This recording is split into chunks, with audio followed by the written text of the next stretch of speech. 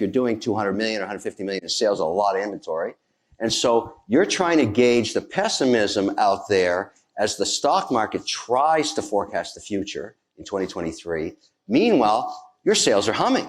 So do you want to leave anything on the table? And more of a perplexing situation coming out of the pandemic is most of these companies have gone past 50% direct-to-consumer models.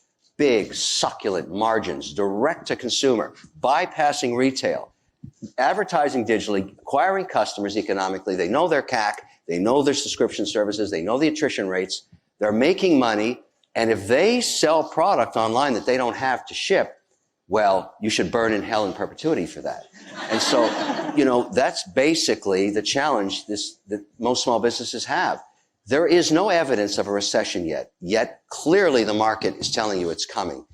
You just don't know when. Last speculation I'll make, the reason this is happening is we printed $6.7 trillion basically for free in 30 months, and then we say, oh, there's inflation.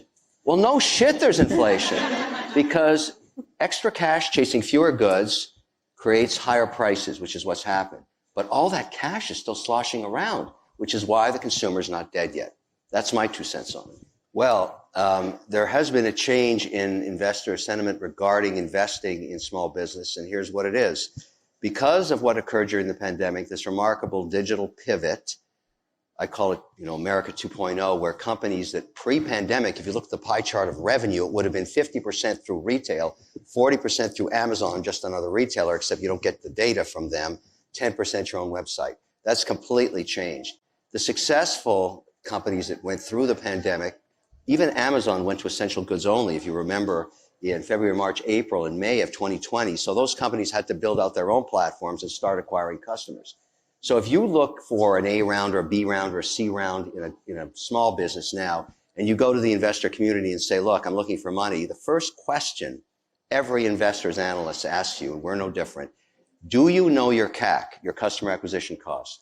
Do you know your attrition rate of customers? Do you know the lifetime value of that customer? And are you now past 50% direct to consumer? Because when you get past 50% direct to consumer, you get something more valuable than anything. You get data, your own data, size, preference, flavor, frequency of purchase, price point, regional disparities on flavors and all kinds of sizes, and differences in people's preference. I take a slightly different approach, because if I look at a company and they're spending 12 to 18% of their income statement on marketing, essentially, I want to know what the return of that is. And so to me, that is measured by customer acquisition cost, because I don't care who you are, what you sell. It's as you said, Rustam, that it's about digital. I mean, every business that's successful, even Nike, a giant behemoth, during the pandemic, they claimed it was going to take them 6 years to get to 50% direct consumer in all geographies. They did it in 5 months. And as a result, survived the pandemic at much higher margins and free cash flow, because the only costs you have if you're direct to consumer is manufacturing, logistics of shipping, and customer acquisition costs. That's it. Now, if you have that situation, you're bypassing the traditional distribution, saving 40%, and that goes right back into the business. So for me, it's if you're spending money on marketing, are you constantly experimenting with new ideas? So I've always said to my companies, I want a third of marketing to be experimental every quarter. Because if you're just sitting on your laurels doing the same old crap, you're missing out and your competitors are going to do something else. So start experimenting, because the value of something that works, that you find through just creative chaos, is extremely higher than what you've already been doing, because you start losing yields right away. Whatever your strategy is, and let's say you're getting a 2% response on it, watch 6 months from now, it'll be 1.7 or 1.5. What's the next thing? What's the next idea? What's the next drop? What's new? Because it's so noisy out there, as you all know. Look, as a payments company, our ambition or goal is to make payments as safe as possible and as frictionless as possible. And we're constantly innovating to do that. It starts with the consumer, and how do we make that consumer experience at the point of payment just that much better? And no one wakes up in the morning thinking, gee, how am I going to pay today? No, what you want to do is enjoy your life. You want to book that vacation. You want to buy a new pair of clothes. You want to buy a car.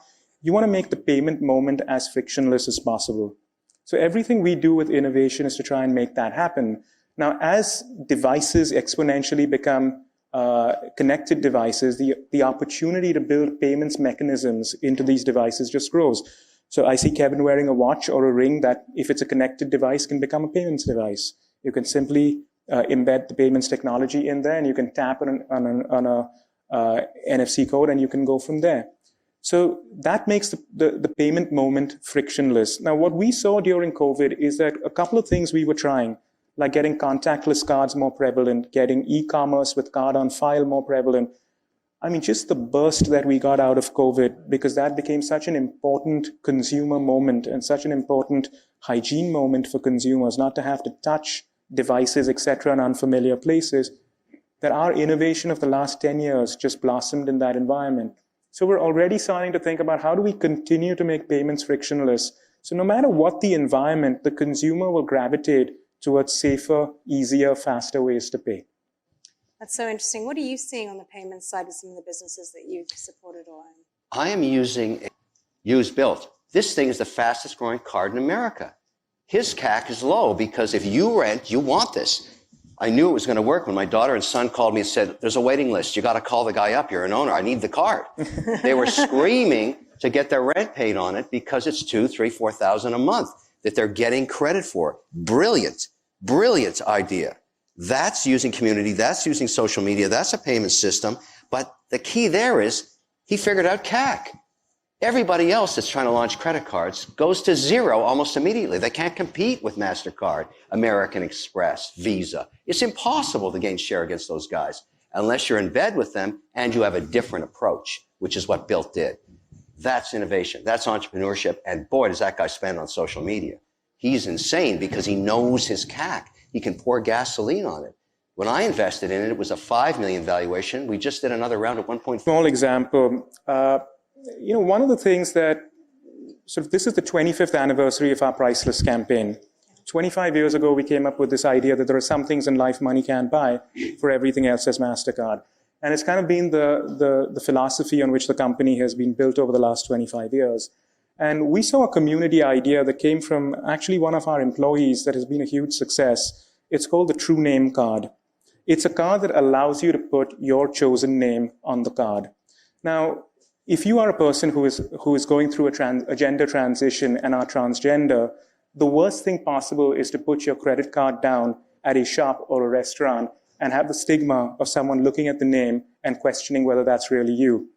Now, the reality is we don't need the name to process a transaction. We just need the 16-digit code and the security code. We don't need the name. So why is the name so important for the card at a point of payment? So we give people the option to put whatever name they want, whether it's because they're going through a gender transition or whether it's because they want to use a maiden name or a professional name or any name that they might want.